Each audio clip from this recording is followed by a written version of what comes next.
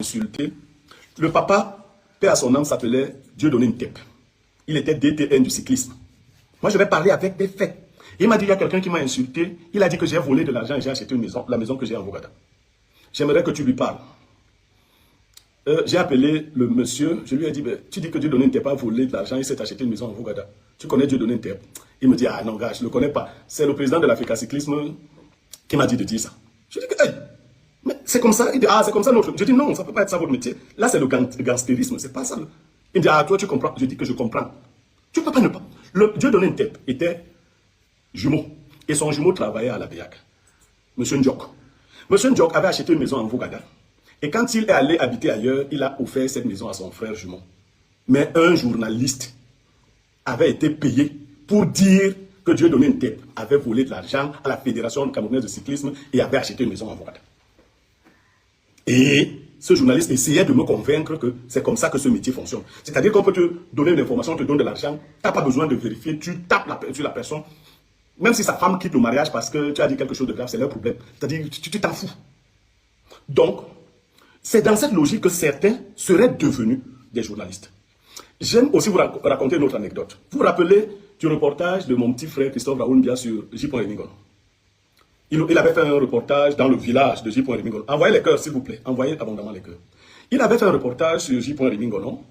Et après, il avait demandé pardon. Récemment, il a demandé pardon et tout. Et il a dit qu'il faisait ça sur commande. Qui vole une fois, volera deux fois. Donc, en fait, Mbia travaille sur commande. Qui est son commanditaire, cette fois-ci, on saura. Mais, il avait demandé pardon. Seulement ce que je voudrais vous faire remarquer dans le reportage en question, c'est que Christophe Raoul Mbia avait reçu de l'argent pour donner à certains membres de la famille de J. Remingon, pour qu'ils témoignent contre J. Remingon, d'une part. Mais d'autre part, des gens qui sont dans le reportage avaient été ramenés de Yaoundé. On les avait pris à Yaoundé, on les a amenés là-bas, juste pour les besoins de la course. Ils parlaient donc, et il y avait des collègues que j'avais reconnus.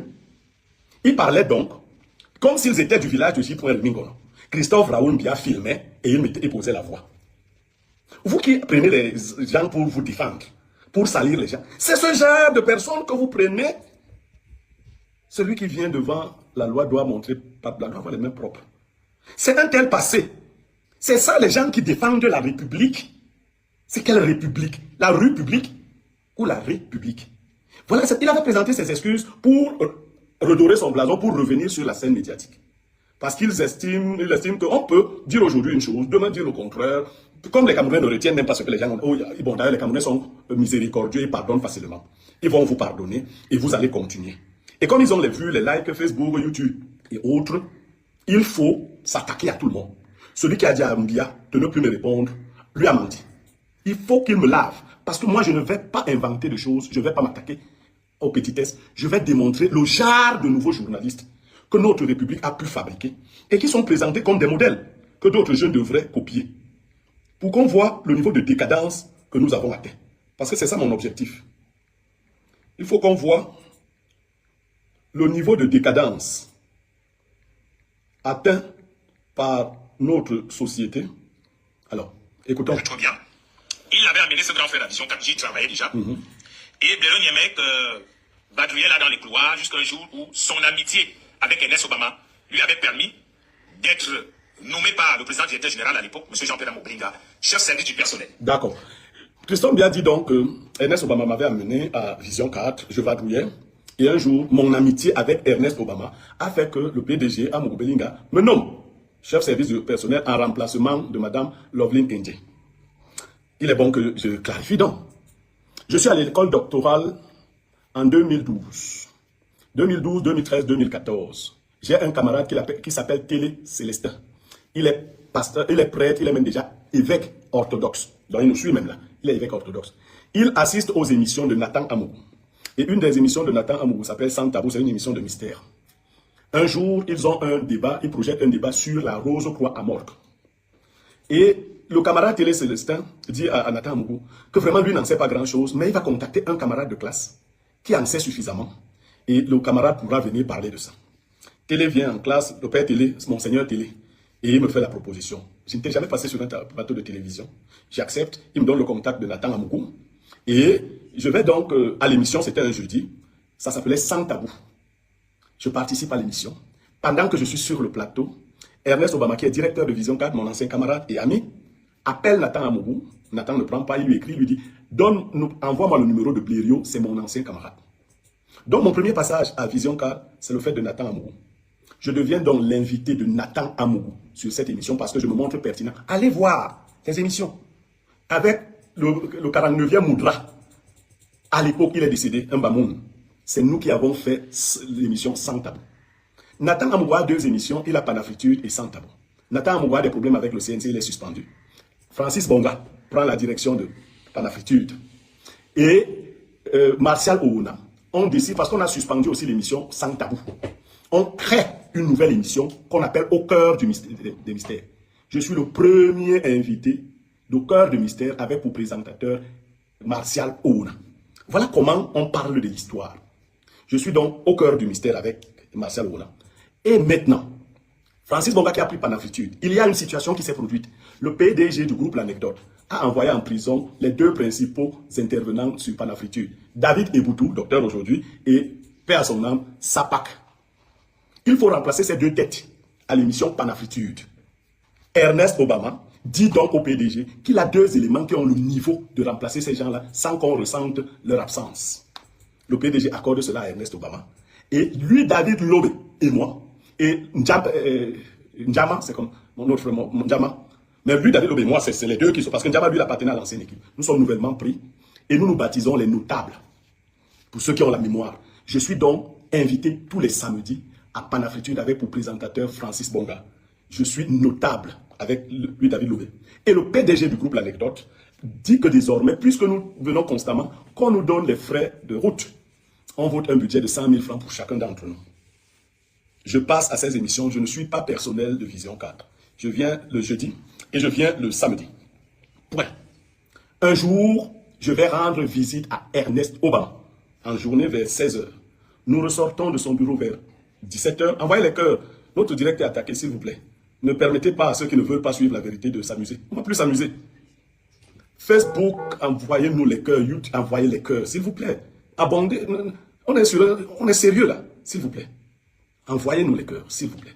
Donc, je vais rendre visite à Ernest Obama. Nous sortons de son bureau. Nous nous arrêtons parce que le PDG du groupe L'Anecdote, M. Jean-Pierre Amougou-Blinga, est en train de partir. Je ne l'ai jamais vu. Mais il a garé son véhicule et il est en bras de chemise. Il a laissé son costume à son garde de corps. Il fait un tour et il s'arrête. Et il regarde du côté d'Ernest Obama et il me voit. Il me dit, vous, venez. Je viens vers lui. Il me dit, c'est vous, M. Niemek? Je dis oui. Il dit, venez me voir demain à 11h. Je dis, bien reçu, PDG. Je vais vers Ernest. Je lui dis, il m'a dit de venir le voir demain à 11h. Obama me dit, mon ami, mon frère, ah ben si tu as un problème de 200 000 au quartier, sache que c'est déjà résolu. Il t'apprécie beaucoup, hein? Il va te donner de l'argent. Voilà. Je viens le lendemain à 11h, un peu avant 11h. Je trouve que le PDG a dit qu'il ne reçoit personne. Mais son garde de corps, Francis, c'est un gars, un officier de police, me reconnaît, dit non. Il a demandé hier à ce monsieur de venir le voir. Et pendant qu'on discute, le PDG, c'est après que je saurai, il a une caméra dans son bureau, il me voit, il ouvre la porte de son bureau et il me dit, entrez, j'entre. Dès que j'entre, M. Amougou-Blinga me demande, veux-tu travailler avec moi? Alors, vraiment, je lui réponds tout de suite oui. Il me dit donc, tu vas aller faire un dossier et tu viendras me le remettre. Il met la main dans la poche, il sort un paquet, il me remet. C'est 100 000. Et il y a un billet de 10 000 qui s'est collé sur le paquet de 100 000. Donc c'est 110 000. Je descends, je vais au bureau d'Ernest. Je lui dis, j'étais là-bas. Il me dit, tu as donné combien? Je lui dis 100 000. Mais il y a un billet de 10 000 qui s'est collé là. Il me dit, oh, tu n'as pas eu beaucoup de chance avec lui. Oh, il n'a eu ton chance. Mon ami est convaincu que je lui mens. Il me dit, il me donne chance. Et je lui ajoute, il m'a dit, non, d'aller faire un dossier et de venir le voir avec. Il me dit, ah là, je comprends. Il va te trouver une place quelque part, une bonne place. Il t'apprécie beaucoup. En temps, je ne dirais pas que mon ami ne m'avait pas encore dit par le passé que le retour était bon. Bon, je ne l'en accuse pas, mais je ne le savais pas. Je reviens 2 jours après avec le dossier. Je suis recruté un lundi au groupe L'Anecdote, affecté à la direction générale, et le mercredi de la même semaine, je suis nommé chef du personnel. J'arrive au groupe L'Anecdote avec un bureau. Quand j'entre au groupe L'Anecdote, je suis chef du personnel. Je n'ai jamais été autre chose avant. Je n'ai même jamais rien. On peut aller vérifier. Et ma note me dit, je vais découvrir qu'une collègue qui est aujourd'hui en Europe avait été chef du personnel, mais je n'ai pas été là quand elle était chef du personnel. Je suis arrivé chef du personnel. Recruté lundi, nommé mercredi. Et de lundi à mercredi, j'ai séjourné dans le bureau d'Ernest Obama. Comme ami, on allait manger. D'ailleurs, il adore faire ce genre de choses. On a toujours, récemment même, on a mangé Après ma démission d'Info TV, il m'a invité à manger. Peut-être que Raoul ne le sait pas. On a mangé au niveau de l'hôtel de ville, là, chez Micheline. On a mangé, voilà. C'est ce qu'on a fait, Ernest Obama et moi, après ma démission. Donc, c'est comme ça que j'arrive au groupe L'Anecdote, mon petit. Je suis chef du personnel. Alors, le petit va plus loin, il dit donc que quand j'arrive, je commence à jouer les directeurs d'école primaire, je ne sais pas quoi, j'arrive à 6 heures. Mon Dieu, quand il dit même qu'un chef du personnel arrive à 6 heures, il croit me dénigrer en le disant. C'est moi, Niemek, qui est structuré administrativement et du point de vue de la discipline, le groupe L'Anecdote. Je le dis, M. Jean-Pierre Amougou-Belinga est là, il le sait et je vais le démontrer. Quand j'arrive au groupe L'Anecdote, vous ne pouvez pas vous imaginer, il n'y avait pas de toilette. Les gens, les grands journalistes, nous pissaient sur les murs des gens. C'est pas là où ils faisaient la grosse commission. J'ai dit au PDG que c'est... Il me dit non, ils ont bouché tout. Je dis non, il faut s'attaquer à ça. Parce que Raoul Bia a dit qu'on m'avait donné l'argent pour acheter les voitures, j'ai bouffé l'argent et que c'était mon premier test. Je vais rapidement vous parler des réalisations que j'ai faites au groupe L'Anecdote. C'est moi qui ai construit les nouvelles toilettes du groupe L'Anecdote. C'est moi qui ai remis en service les anciennes toilettes. Quand vous entrez au groupe L'Anecdote, les pavés, c'est moi qui ai fait enlever ce qu'il y avait là et qui ai fait couler le sol parce que les pavés se gâtaient tout le temps et il fallait toujours un budget. Le portail du groupe L'Anecdote, c'est moi qui l'ai fait refaire. C'est moi qui ai équipé le Vision 4 Douala. Vision 4 Douala. Ce jour-là, j'ai reçu beaucoup d'argent pour aller équiper Vision 4 Douala. Vous savez ce que j'ai fait? J'ai appelé mon frère Ernest Obama. Je lui ai dit, porte l'argent là. On fait les achats, je ne touche pas à l'argent. Obama est là. Il y a 3 témoins. Djabeya. La DCM de l'époque, Onana. Et Madame Songo, Julienne, nous sommes allés à Douala, on a dormi à l'hôtel Aqua. Les achats se sont faits à Vision Confort. C'est à moi qu'on a donné ça. C'est moi qui ai climatisé le studio de production du groupe de Vision 4. C'est moi qui ai fait toutes les cartes grises de toutes les voitures qui arrivaient à Vision 4. J'avais mon camarade de classe, je lui rends hommage à Serge Mamouer, qui travaille au transport. Et qui travaille toujours. Est-ce que je vais... C'est moi qui ai fait. Alors, Ndia. Et le petit Ndia était là, c'est un garçon qu'on avait jeté dans les oubliettes. Il était pourtant un peu intéressant, là il causait souvent, des fois ils aimaient m'écouter parler, je m'arrêtais. Et pourquoi je n'ai pas eu toute la visibilité que j'ai aujourd'hui à Vision 4? Tout simplement parce que les camarades de lutte sur Tour d'Horizon s'étaient entendus, ils avaient dit, Niemek est trop fort, ne lui donnons pas de l'espace ici. Ils sont là, ils le savent. J'étais dans un réserviste qu'on surveillait. Et celui qui savait que j'étais trop fort en premier, et qui le sait, et qui l'a toujours dit, c'est Ernest Obama. Nous avons 60 camarades de classe, Ernest Obama et moi. Tout le monde sait. Je ne suis pas en train de faire la comparaison avec... Non, Ernest est le premier à me citer parmi les 4 bazars les plus intelligents. Il le dit de sa bouche. Il dit Cabral Libi, il dit Pierre Blériot Niemek, et il nous met entre Mathias et il dit que Mathias est... Ernest Obama, il dit, toi tu es sorti d'où pour venir me parler? Voilà comment je suis entré au groupe L'Anecdote. Voilà mes faits d'armes au groupe L'Anecdote. Et comme tout est mélangé dans ta tête, je n'étais pas à Issam avant de venir au groupe L'Anecdote. Je vais à Issam parce qu'un jour, le PDG du groupe L'Anecdote, PCE, président du conseil d'établissement d'Issam, en a marre. S'il vous plaît, envoyez les cœurs, nous sommes menacés. S'il vous plaît, envoyez les cœurs. Le PDG en a marre, il menace de fermer Issam. Et pendant qu'il réfléchit, il se rappelle de l'ordre que j'ai instauré à Vision 4 et au groupe L'Anecdote. Je vous donne un seul témoin. Elle travaille à la CATV, Sidoine Moncam. Sidoine Moncam s'est trouvé un matin en train de descendre de la moto, courir, enlever ses talons, courir pour entrer au portail. Mbia prétend que certains anciens m'ont appelé pour me dire d'arrêter mes habitudes. J'ai imposé ça jusqu'à mon départ. Arrête de dire ça, petit garçon. Et je vais même vous dire, le jour, effectivement, il y a eu une réunion entre quelques personnes et on a envoyé un certain Thomas Mbega me parler. Que arrête ça.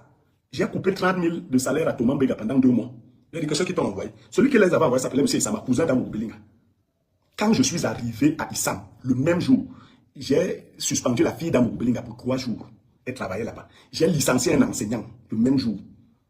J'ai mis l'ordre à Issam en 2 jours.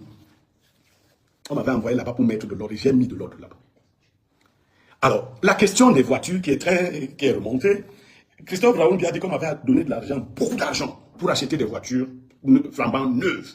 Et voilà, j'ai acheté les voitures qui avaient la syphilis, les voitures qui avaient ceci, cela. Ouais, la vérité prend les escaliers, le mensonge prend l'ascenseur.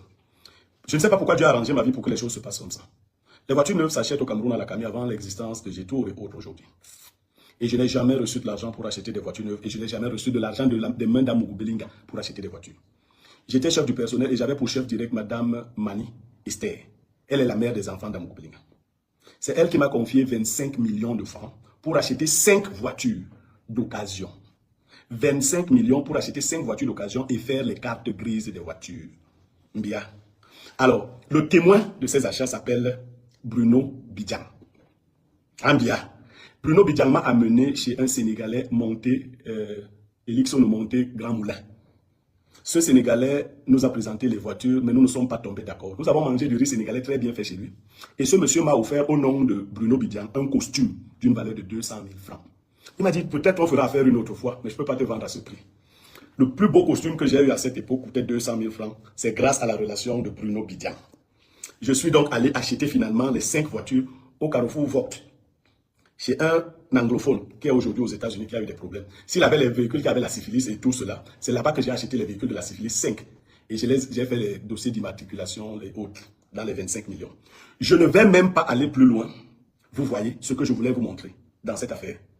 Ce que je voulais vous montrer et que vous ne pouviez pas imaginer, c'est qu'on peut donner une tâche aussi sale à un enfant et lui demander de fabriquer n'importe quoi et de dire. Moi, j'aurais voulu que Christophe retrouve des choses, parce que je suis un humain, j'ai des choses sales.